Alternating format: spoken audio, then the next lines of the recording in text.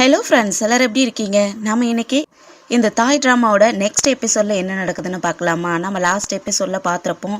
ரேங்கோடைய husband அவனுடைய secretary கூட அஃபேரில் இருக்கிற விஷயம் ரேங்க்கும் தெரிஞ்சிருக்கும். அதனால அவள் ஹஸ்பண்டுக்கிட்டையும் சண்டை போட்டுக்கிட்டு இருப்பான். அந்த சமயத்தில் சரி, நான் எல்லாத்தையும் விட்டுறேன், ஆனால் நீ என்னைய இப்போவும் லவ் பண்ணுறியா? நீ இனிமேல் என் கூட இருப்பியா? நான் எல்லாத்தையும் விட்டுட்டு வந்துடுறேன்னு சொல்ல அதோடு தான் முடிஞ்சிருந்துச்சு இல்லையா? இந்த எபிசோட் ஸ்டார்டிங்லேயே அவள் முடியாதுன்னு சொல்லிடுறா. அதுவும் டிவோர்ஸ் வாங்கிக்கலாம், நாளைக்கே நம்ம டிவோர்ஸ் வாங்கிக்கணும்னு சொல்லிடுறா. அடுத்த நாள் காலையிலேயே அவங்க ரெண்டு பேருமே டிவோர்ஸ் வாங்குறதுக்கும் போயிடுறாங்க. இந்த சைடு நம்ம ஹீரோ ஃபேமிலி ரொம்ப சந்தோஷமா போய்கிட்டு இருக்காங்க. அவங்க ஒர்க்லையும் ஒவ்வொரு படியா மேலே ஏறிக்கிட்டு இருக்காங்க. இந்த சைடு இவங்க ரெண்டு பேருமே டிவோர்ஸ் பேப்பர்ஸ்லயும் சைன் பண்ணிக்கிறாங்க. அதே சமயத்துல ரேங்க் ஹஸ்பண்டோட ஆஃபீஸ்ல அவங்க ஆஃபீஸ் ஒர்க்கர்ஸ்க்கெல்லாம் கொஞ்சம் மோட்டிவேஷனல் வீடியோ போட்டு விடலாம், எல்லாரும் கொஞ்சம் மோட்டிவேஷன் ஆகுவாங்க, ஒர்க் கொஞ்சம் அதிகமாகும் அப்படிங்கிறதுக்காக மோட்டிவேஷன் வீடியோ ஆன் பண்றதுக்காக அவனுடைய செக்ரட்டரி வந்து பேசிக்கிட்டு இருக்கா. அந்த இடத்துல நம்ம ஹீரோயினோட தங்கச்சி இருக்கா. அவளும் இதெல்லாம் பார்த்துக்கிட்டு இருக்கா. அதுவும் அந்த வீடியோவையும் ஆன் பண்ண சொல்லிடுறா. வீடியோ ஆன் பண்ணா அதுல வர வீடியோ என்னன்னா, இவளும் இவளோட பாஸும் ஒன்னா இருந்தாங்க இல்லையா, அந்த வீடியோ ஓடிக்கிட்டு இருக்கு. எல்லாருமே ஷாக் ஆகி பார்த்துக்கிட்டு இருக்காங்க. நம்ம ஹீரோயினோட தங்கச்சி போன் எடுத்து வீடியோல எடுக்க ஆரம்பிச்சிடுறா. அதுக்கப்புறம் ஒவ்வொருத்தராக ஃபோன் எடுத்து அவங்க வீடியோ எடுக்க ஆரம்பிக்க என்ன இது பண்ணிக்கிட்டு இருக்காங்கன்ட்டு திரும்பி பார்த்தா தான் தெரியுது அவளோட வீடியோ தான் ஓடிக்கிட்டு இருக்கு. அதை பார்த்த உடனே அவள் கத்த ஆரம்பிச்சிடுறா, சீக்கிரமா அதை ஆஃப் பண்ணுங்கன்ட்டு. அந்த சமயத்தில் இந்த ரேங்க் அங்கே வந்துட்டு ஆஃப் பண்ணக்கூடாதுன்ட்டு வருவாளா.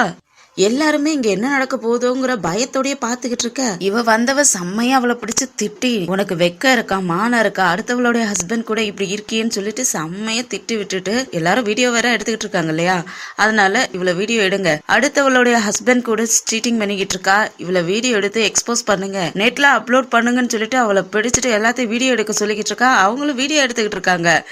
அவ மன்னிச்சிருங்க, என்னை மன்னிச்சிருங்கன்னு சொல்லி கத்தி கதறிக்கிட்டு இருக்கா. இவ விடுற மாதிரி இல்ல, எல்லாருமே வீடியோ எடுக்கணும், இவளை யாருமே விடாதீங்க அப்படின்னு சொல்லிட்டு செம்மையா திட்டிக்கிட்டு எல்லாத்தையும் வீடியோ எடுங்கன்னு சொல்லிக்கிட்டு இருக்கக்குள்ளேயே அவ ஹஸ்பண்ட் அங்க வந்துடுறான். அவன் வந்த உடனே செம்மையா திட்ட ஆரம்பிச்சிடறான். அவனுடைய ஆஃபீஸ் ஒர்க்கர்ஸ் தானே அங்கே இருக்கிறதெல்லாம், உடனே ஃபோனெல்லாம் ஆஃப் பண்ணுங்க, எதுக்கு தேவையில்லாத வீடியோ எடுத்துக்கிட்டு இருக்கீங்கன்னு சொல்லி சத்தம் போடவும் அவங்களும் ஃபோனெல்லாம் ஆஃப் பண்ணிடுறாங்க. அதுக்கப்புறம் ரேங்க் கிட்டேயும் இது எதுக்கு தேவையில்லாத இங்கே வச்சு திட்டிகிட்டு இருக்க, இங்கே வச்சு பேசிக்கிட்டு இருக்க, என்ன பண்ணிக்கிட்டு இருக்க, இது நம்ம ஃபேமிலி ப்ராப்ளம், எதாக இருந்தாலும் வீட்டில் வச்சு பேசிக்கலாம், இங்கே இதை பற்றியெல்லாம் பேசக்கூடாதுன்னு சொல்கிறதுக்கு எனது ஃபேமிலி ப்ராப்ளமா? நம்ம ஆல்ரெடி டிவோர்ஸ் பண்ணிக்கிட்டோம், நம்ம ரெண்டு பேருமே ஆல்ரெடி டிவோர்ஸ் பேப்பர்லாம் சைன் பண்ணியாச்சு, நாம ஃபேமிலி அங்கிறதுக்கு அப்படி இல்லைன்னா எதுக்காக தேவையில்லாத இங்க வந்து பிரச்சனை பண்ணிக்கிட்டு இருக்கேன்னு கேட்கறதுக்கு பண்ணுவான் தான். நீ என்னை சீட் பண்ணதுக்கு நான் உன்னை ஏதாவது ரிவெஞ்ச் எடுக்க வேணா, அதுக்காக தான் இந்த மாதிரி பண்ண, நீ ரொம்ப மோசமானவன் கெட்டவன் சொல்லி திட்டிட்டு இருக்க, இதுக்கெல்லாம் காரணம் நீ தான். நீ நல்ல வைஃபா இருந்து என் கூட, அவ என்னுடைய மிஸ்ட்ரஸ் தான், ஆனா அவ நான் சொல்றதை கேட்டு என் கூட என்னை புரிஞ்சுக்கிட்டே என் கூட இருந்தா, ஆனா நீ ஒரு நல்ல வைஃபா என் கூட இருந்தியா அப்படின்னு கேட்க ஓங்கி பலார்னு அரைஞ்சிட்டு நீ மோசமானவன்டா கெட்டவன்டான்னு சொல்லி செம்மையா திட்ட ஆரம்பிக்கும். அவன் பிடிச்சி இடிச்சு தள்ளி விட்டுறான். அவளும் அப்படியே கீழே விழுந்துறா. அதுக்கப்புறம் ரெண்டு ஆளுங்களை அனுப்பிவிட்டு அவளை கொண்டு போய் வெளியே விடுங்கன்னு சொல்லிடுறான். அவனுங்களும் வந்து அவளை தூக்கிட்டு போயிட்டு வெளியே விட்டுறானுங்க. ஆக்சுவலா இங்க நடக்கிற எல்லா விஷயத்தையுமே நம்ம பிம்மோட தங்கச்சி வீடியோ எடுத்துக்கிட்டு தான் இருக்கா. எல்லாரையும் போன் ஆஃப் பண்ணதான் சொன்னான், ஆனா இவ மட்டும் வீடியோ எடுத்துக்கிட்டே இருந்திருக்கா. அந்த வீடியோவையும் கொண்டு போயிட்டு அவ அக்கா கிட்டையும் காட்ட பிம்மோ ஹீரோவும் அதை பாக்குறாங்க. பிம்க்கு தான் ரொம்ப மனசு கஷ்டமா இருக்கு. தன் ஃப்ரெண்டோட லைஃப் வந்து ரொம்ப மோசமான நிலைமைக்கு போய்கிட்டு இருக்கேன்னு சொல்லிட்டு அவ ரொம்ப கஷ்டப்பட்டு இருக்க. ஆனா ஹீரோக்கு என்னவோ அதுல ஹாப்பியா தான் இருக்கு. அவளுக்கு இதெல்லாம் வேணுங்கிற மாதிரியே சொல்லிக்கிட்டு இருக்கான். பிம் இருந்துட்டு ஏறக்கு அப்படி சொல்ற, அவ இப்ப பாவம் இல்ல, அவளுக்கு அம்மாவும் இல்ல, இப்ப ஹஸ்பண்டும் இல்ல, அவ ரொம்ப கஷ்டப்படுவாள்லன்னு சொல்லிட்டு இருக்க. பாரு, என்னோட லவ்லி ஒய்ஃப் யாருக்காகவும் மனசு கஷ்டப்படக்கூடாது, அவளுக்காக நான் எப்பவுமே கூட இருப்பேன் அப்படின்ட்டு கொஞ்சம் ஆரம்பிச்சிடறான். அதனால பிம்மோட தங்கச்சி சரி நீங்க ரெண்டு பேரும் கொஞ்சம் ஆரம்பிச்சிட்டீங்க, நான் இங்க இருந்து கிளம்புறேன்னு சொல்லிட்டு பாய் சொல்லிட்டு அங்க இருந்து கிளம்பிடுறா. இந்த ரேங்கோ அவ ஹஸ்பண்ட் கூட இருந்தா இல்லையா, அந்த வீட்டையும் காலி பண்ணிட்டு தனியா ஒரு வீட்டுக்கும் வந்து தங்குறா. அந்த வீடு ரொம்ப எக்ஸ்பென்சிவா இருக்கும் போல இருக்கு. ஆனா இவ எப்படி பணம் கட்டுவான்னு தெரியல. அந்த வீட்டுல வந்து தங்குறா. இங்க நம்ம ஹீரோ ஹீரோயினோட லைஃப் ரொம்ப ஹாப்பியா போய்கிட்டு இருக்கு. அவங்க ரெண்டு பேரோட லவ் ஸ்டோரியில புக்ல எல்லாம் வந்துட்டு இருக்கு. அந்த புக்கை வச்சு நம்ம ஹீரோயினோட ஃப்ரெண்ட்ஸ் எல்லாம் பார்த்துட்டு பேசிக்கிட்டு இருக்காங்க. இவங்க வீடெல்லாம் ரொம்ப அழகா இருக்குல்ல அப்படின்னு சொல்லிட்டு பேசிக்கிட்டு இருக்காங்க. அந்த சமயத்துல இந்த ரேங்க் நம்ம ஹீரோயினுக்கு கால் பண்றா. உன்னை மீட் பண்ணும், எனக்கு உன்னை பார்க்கணும் போல இருக்கு, என்னை வந்து பார்க்கவா அப்படின்னு சொல்லிட்டு கூப்பிடுறா. நம்ம பெம்மா அங்க கிளம்பிடுறாங்க. அங்க நம்ம ஹீரோயின் போன உடனே அந்த பொண்ணை செம்மையா புலம்ப ஆரம்பிக்கிறா. அவன் இப்படி எனக்கு துரோகம் பண்ணுவான்னு நான் நினைச்சு கூட பார்க்கல, அவன் அந்த செக்ரட்டரி கூட இருந்ததை நானே நானே பார்த்தேன், அதனாலதான் அவனை டைவர்ஸ் பண்ணிட்டேன். இப்ப நான் இந்த வீட்டுல ரெண்டுக்கு இருக்கேன், வா உள்ள போலான்ட்டு உள்ள போய் காட்டுறா. வீடு ஃபுல்லா மெர்சி ஆகி கிடக்குது, செம்ம குப்பையா இருக்கு. அதை பார்த்த உடனே பெம்க்கு ஒரு மாதிரி வாமிட் வர மாதிரி எல்லாம் இருக்கு. இவளும் பார்த்துட்டு என்ன ஏன் இப்படி பண்ணிட்டு இருக்கேன்னுங்க, ஒன்றும் இல்லை எனக்கு ஒரு மாதிரி இருக்குன்னு சொல்லிக்கிட்டு இருக்கக்குள்ளேயே வாஷ்ரூம் போயிட்டு வர்றதுக்குள்ள அந்த வீடியோ அப்படியே அழகா மாத்திடுறாங்க. அங்க ஃபுல்லா குப்பையெல்லாம் டஸ்ட்பின்ல போட்டுட்டு கிளீன் பண்ணி வைக்கிறாங்க. அது வெளியே வந்த உடனே செம்ம அழகா இருக்குமா, அதை பார்த்துட்டு இவ்வளோ அழகா பண்ணிட்டியா, எதுக்காக நீ இந்த வேலையெல்லாம் செய்யற, இந்த வேலையெல்லாம் இனிமேல்லாம் நீ செய்யாத அப்படின்னு சொல்லிட்டு, நான் உன்னை எதுக்காக கூப்பிட்டேன்னா எனக்கு ஒரு ஜாப் தேவைப்படுது, அதுக்காக தான் உன்னை கூப்பிட்டேன். நீ ஒர்க் பண்ற இடத்துல எனக்கு ஒரு ஜாப் கிடைக்குமா, நீ கேட்டு பாக்குறியான்னு கேட்க பிம்மா முழிக்கிறாங்க. அவ கெஞ்ச ஆரம்பிச்சிடுறா, ப்ளீஸ் பா எனக்கு இங்க அந்த வீட்டுக்கு ரெண்ட் கட்டவே நல்லா முடியல, எனக்கு ஏதாவது ஜாப் இருந்தாதான் நல்லா இருக்கும் அப்படின்னு சொல்லிட்டு கெஞ்ச ஆரம்பிக்குவோம். அவங்களும் ஓகே சொல்லிட்டு வீட்டுக்கும் வந்துடுறாங்க. வீட்டுக்கு வந்து ரக் கிட்ட எல்லா விஷயத்தையும் சொல்ல அவனுக்கா சிரிப்பா இருக்கு. நீ என்ன சொல்ற, உண்மையாலுமே அவ ஜாப் தேடுறாளா, நான் கூட நினைச்சேன் இந்த ஹஸ்பண்ட விட்டுட்டா சரி இனிமேல் வேற ஏதாவது புதுசா எவனாவது பணக்காரன் மாட்டிக்குவான், அவனை கல்யாணம் பண்ணிக்கிட்டு அவனுடைய பைசாவெல்லாம் அழிச்சு புடுங்குவான்னு நினைச்சேன். இப்ப என்ன நல்ல பொண்ணு மாதிரி வேலை எல்லாம் தேடிக்கிட்டு இருக்காளா.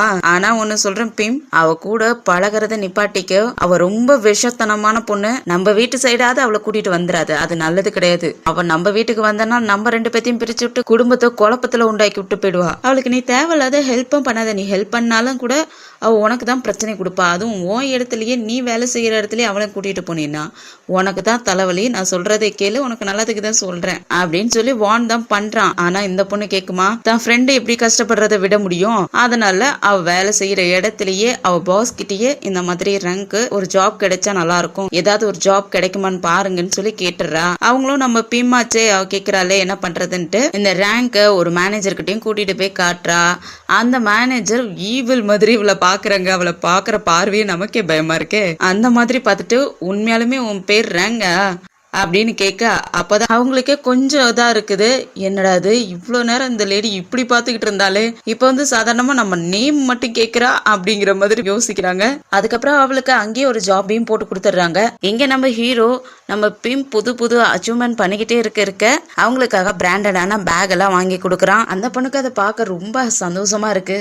ரொம்ப பிராண்டடா ரொம்ப காஸ்ட்லியா இருக்கிறத பார்த்த உடனே இது ரொம்ப காஸ்ட்லியா இருக்கேன்னு சொல்றதுக்கு, ஆமா என் ஒய்ஃப் நிறைய அச்சீவ்மெண்ட் பண்ணிக்கிட்டே இருக்கா, அவளுக்காக ஒரு பேக் வாங்கி கொடுக்கூடாதா அப்படின்ட்டு ரெண்டு பேரும் கொஞ்சிக்க ஆரம்பிச்சிடுறாங்க. இந்த சைடு நம்ம ரேங்கா அவளுடைய ஒவ்வொரு காஸ்ட்லியான திங்ஸ் எல்லாம் வித்துக்கிட்டே இருக்கா. அவகிட்ட இருக்கிற பிராண்டடான திங்ஸ் எல்லாம் வித்து தான் அவ தங்கி இருக்கிற வீட்டுக்காக பே பண்ணிக்கிட்டு இருக்கா. அவளுடைய கார் எடுக்கலான்னு போனா காரை பிடிக்கிறதுக்காக பேங்க்ல இருந்து ஆள் வந்திருக்காங்க. நீங்க பேங்க்ல லோன் கட்டவே இல்லை, அதனால உங்களுக்கு காரை கொடுக்க முடியாது, நாங்க காரை சீஸ் பண்ணி எடுத்துட்டு போக போறோம்னு சொல்றதுக்கு அவ விட மாட்டேங்கிறா. சண்டை போட்டுட்டு நான் உங்க காசு கொடுத்துடுறேன், தேவையில்லாத கார்ல கை வைக்கிற வேலை எல்லாம் வச்சுக்காதீங்க, நான் ஒன்னும் சீட் பண்ணல, இங்க தானே இருக்கேன் அப்படின்ட்டு எங்க பிடிங்கிறவங்களோட பயந்துட்டு டக்குன்னு கார்ல உட்காந்துட்டு வண்டி எடுத்துட்டு கிளம்பிடுறா. பிம்மை கூப்பிட்டு வச்சும் பிம் கிட்டேயும் இந்த மாதிரி வீடை வந்து எங்கிட்ட இருந்து எடுத்துட்டு போறதுக்கு பாக்குறாங்க, காரை எங்கிட்ட இருந்து புடுங்குறதுக்கு பாக்குறாங்கன்னு சொல்லி புலம்பிக்கிட்டு இருக்க. நீ வேணா நான் சொல்ற மாதிரி கேக்குறியா, ரெண்டுக்கு ஒரு சின்னதான ரூமா எடுத்துக்கு, காரையும் இந்த காரை சேல் பண்ணிட்டு ஒரு சின்ன காரை எடுத்துக்குவேன், உனக்கு ப்ராப்ளம் வராதுல்ல அப்படிங்கிறது. நான் எப்படி அதெல்லாம் பண்ண முடியும், நான் சின்ன குழந்தையில இருந்து இந்த மாதிரி பிராண்டடான பொருளை வாங்கி தானே எனக்கு பழக்கமா இருக்கு, என்னாலலாம் அந்த சின்ன ரூம்குள்ளேயும் சின்ன காரையும் வச்சுட்டு என்னாலலாம் இருக்க முடியாது அப்படிங்கிறதுக்கு. ரங் நான் சொல்றது உனக்கு புரியுதா இல்லையா, நீ இந்த மாதிரி செலவு பண்ணிக்கிட்டு இருந்தேன்னா ஃபியூச்சர்ல நீ தான் கஷ்டப்படுவாங்கிறதுக்கு, அதெல்லாம் ஃபியூச்சர்ல பாத்துக்கலாம் அப்படிங்கிற மாதிரி சொல்லிக்கிட்டு இருக்கா. சரி விடு, நான் இன்னைக்கு உனக்கு நல்ல ஃபுட்டா வாங்கி தரேன்னு சொல்லிட்டு பிம் இருந்துட்டு அவங்களுடைய பேகை ஓப்பன் பண்ண அந்த பேகை பார்த்த உடனே வாயப்பழந்துடுற. இந்த பேகா, இது ரொம்ப காஸ்ட்லியானது, நீ எப்படி வாங்கினேன்னு கேட்க பிம் கிட்ட இருந்து அந்த பேக்கையும் வாங்கி பாக்குறா. அது ரொம்ப எக்ஸ்பென்சிவா இருக்கிறத பார்த்த உடனே இது ரொம்ப சூப்பரா இருக்குன்னு சொல்லிட்டு இருக்க, இது ரக் தான் வாங்கி கொடுத்தான் அப்படிங்கும். அவ முகமே அப்படியே ஒரு மாதிரி மாறி போயிடுது. இதோடைய காஸ்ட் எவ்வளவு இருக்குன்னு கேட்க எனக்கு தெரியாது, ஒருவேளை 1 லட்ச ரூபாய் இருக்கலாம் அப்படிங்கிற மாதிரி சொல்ல அவ அப்படியே அமைதியாயிட்ட அந்த பேக்கையே பாத்துக்கிட்டு இருக்கா. இவ வீட்டுக்கு வந்ததுக்கு அப்புறமா அவளால நிம்மதியா உட்கார முடியல. ஹீரோ ஒரு புது கார் எடுத்துட்டு வந்தது, அதுக்கப்புறம் அவனுடைய அவ்வளோ பெரிய வீடை பார்த்தது, இப்ப பிம்காக ஒரு பேக் வாங்கி கொடுத்தது, எல்லாமே காஸ்ட்லியா இருக்கு. அது எப்படி இந்த பிம்க்கு மட்டும் எல்லாம் கிடைக்கலாம் அப்படிங்கிற மாதிரி பிம்ம நினைச்சு இவ பொறாமையில உட்காந்துக்கிட்டு இருக்கா.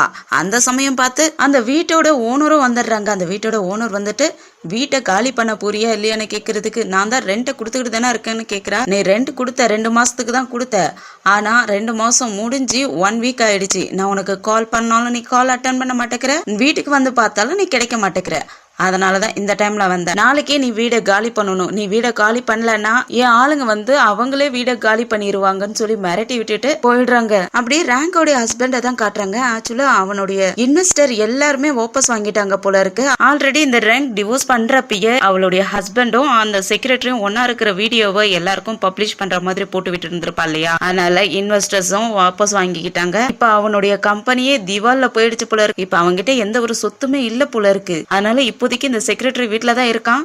எங்கேயும் வெளியே போகாம சோகமா அதே இடத்துல உட்கார்ந்த இடத்துல உட்காந்துட்டு எதையோ பத்தி யோசிச்சுக்கிட்டு ஒரு மாதிரி உட்காந்துருக்கான். அந்த செக்ரட்டரியும் பார்த்துட்டு என்ன இப்படி உட்காந்துருக்கீங்க, எங்கேயாவது வெளியே போகலாம் இல்லையா, வெளியே போனாவது நீங்க எல்லாத்தையும் மறக்கலாம், கொஞ்சம் நார்மலா இருக்கிறான், ஏதாவது சாப்பிட்றதுக்கு வெளியே போகலாம் இல்லையான்னு கேட்கறதுக்கு என்கிட்ட எந்த பணமும் இல்லை, நான் எங்கேயும் வெளியே போறதுக்கும் விருப்பப்படல, எனக்கு வெளியே போயிட்டு யாருக்கிட்டையும் தலை காட்டுறதுக்கே எனக்கு இஷ்டம் இல்லை அப்படின்னு சொல்லிட்டு அழுதுகிட்டே உட்காந்துருக்கிறான். இப்ப அப்படியே நம்ம ஹீரோவை தான் காட்டுறாங்க. அவன் ஒய்ஃபை அப்படியே கண்ணை மூடி வெளியே கூட்டிட்டு வரான். கண்ணை திறந்துறாதன்ட்டு கண்ணை மூடி அப்படியே கூட்டிட்டு வந்துட்டு இருக்கான். என்ன விஷயம், எதுக்காக இப்படி கண்ணை மூடிட்டு வரீங்கன்னு சொல்லி கேட்டாலும் உனக்காக ஒரு சர்ப்ரைஸ் வச்சிருக்கேன், அதனால நீ கண்ணை மூடிட்டு தான் வரணும், ஒரு நிமிஷம் அப்படியே நெல்லு 1 2 3 சொல்லுவோம், அதுக்கப்புறம் தான் கண்ணை திறக்கணும்னு சொல்லிட்டு 1 2 3 சொல்லி மெதுவா கண்ணை திறன்னு சொல்ல கண்ணை திறந்து பார்த்தா முன்னாடி ஒரு புது கார் ஒண்ணு நிக்குது. அதை பார்த்த உடனே ரொம்ப ஹாப்பி ஆயிடுறாங்க. புது காரா அப்படிங்க, ஆமா இது உனக்காக தான் வாங்கிட்டு வந்திருக்கேன், உனக்கு பர்த்டே வரப்போகுது இல்ல, அதனால அட்வான்ஸா ஒரு கிஃப்டா வாங்கிட்டு வந்திருக்குன்னு சொல்ல ரொம்ப ஹாப்பி ஆயிடுறாங்க. அப்படியே 2 பேருமே அங்க இருந்து அதே கார்ல கிளம்பிடுறாங்க. அதே சமயத்துல ரேங்க தான் காட்டுறாங்க. அவ வீட்டை விட்டு ஓடி வந்துகிட்டு இருக்கா. யாருக்கும் தெரியாத, எங்க அங்க இருந்தா காசு கொடுத்தாகணும் இல்லையா, இருந்த நாளுக்கெல்லாம் காசு கொடுத்தாகணும், அதனால அவ யாருக்கும் தெரியாத வெளியே ஓடி வந்துகிட்டு இருக்கா. வெளியே போயிட்டு கார் எடுக்கலான்னு போனா அந்த லேடியும் அவங்க ஆட்களும் வந்துடுறாங்க. எங்க இவ்வளவு நாளா தங்கிட்டு காசு கொடுக்காத எங்க போறேன்னு கேக்குறதுக்கு அவ திமிரா, அதற்கு மேலாம் என்னால காசு கொடுக்க முடியாது, நான் இங்க இருந்து போறேன், அதான் வீடை காலி பண்ணிட்டேன்ல கிளம்புறேன்னு சொல்லிட்டு அங்க இருந்து கிளம்பு போக பேங்க்ல இருந்து ஆள் வந்துடுறாங்க. அவ வந்து காரை முன்னாடி நிப்பாட்டி அவளை மறைச்சு நிப்பாட்டிக்கிறாங்க. அவ காரை விட்டு இறங்கி உங்களுக்கு என்னடா பைத்தியமா, எதுக்காக காரை கொண்டு வந்து முன்னாடி நிப்பாட்டுறீங்கன்னு கத்துறதுக்கு வர அங்க வந்திருக்கிறது பேங்க் ஆபீசர்ஸ் இல்லையா, அதனால நாங்க ஒன்னும் பைத்தியம் இல்ல, உன்னுடைய காரை சீஸ் பண்றதுக்காக வந்திருக்கோம் அப்படின்னு சொல்லிட்டு அந்த கார்ல இருக்கிற அவளுடைய திங்ஸ் எல்லாம் வெளியே எடுத்து போடுறானுங்க. இவ பிடிச்சுக்கிட்டு இல்ல என் காரை விடுங்க என்கிட்டே கொடுத்துருங்கன்னு சொல்லிட்டு கத்திக்கிட்டு இருக்கா. அவனுங்க எதுவுமே கண்டுக்கல. அந்த கார்ல இருக்கிற திங்ஸ் எல்லாம் வெளியே தூக்கி போட்டுட்டு அந்த காரை எடுத்துட்டு கிளம்பிடுறாங்க. இவெல்லாம் செம்மையா கத்திக்கிட்டு இருக்கா. அதோடதான் இந்த எபிசோடு முடியுது. இந்த பொண்ணு எல்லாமே இழந்துட்டா. இவகிட்ட எதுவுமே இல்ல, பணம் இல்ல, வீடு இல்ல, கார் இல்ல, சொந்தம் இல்ல, பந்தம் இல்ல, ஆனாலும் இவகிட்ட ஒன்னே ஒண்ணு மட்டும் குறையவே மாட்டேங்குது, திமிர் மட்டும் குறையவே மாட்டேங்குது. ஒரு சின்ன வீடை ரெண்டுக்கு எடுத்துக்கிறதுனாலும் அதுவும் முடியாது, சின்ன கார் வாங்கிக்கனாலும் அதுவும் முடியாதுன்ட்டா. இப்போதைக்கு கையில ரெண்டுக்கு இருந்த வீடும் இல்ல, காரும் கிடையாது. இனிமேல் என்ன பண்ண போறான்னு தெரியல. அடுத்த எபிசோட்ல வெயிட் பண்ணி பார்க்கலாம். இந்த வீடியோ பிடிச்சிருந்துச்சுன்னா லைக் பண்ணுங்க, உங்க ஃப்ரெண்ட்ஸ் அண்ட் ஃபேமிலிக்கு ஷேர் பண்ணுங்க, அப்படியே நம்ம சேனலை சப்ஸ்கிரைப் பண்ணி பெல் ஐக்கனை கிளிக் பண்ணி வச்சுக்கோங்க. அடுத்த எபிசோட்ல சந்திக்கிற வரைக்கும் பாய் அண்ட் தேங்க்யூ.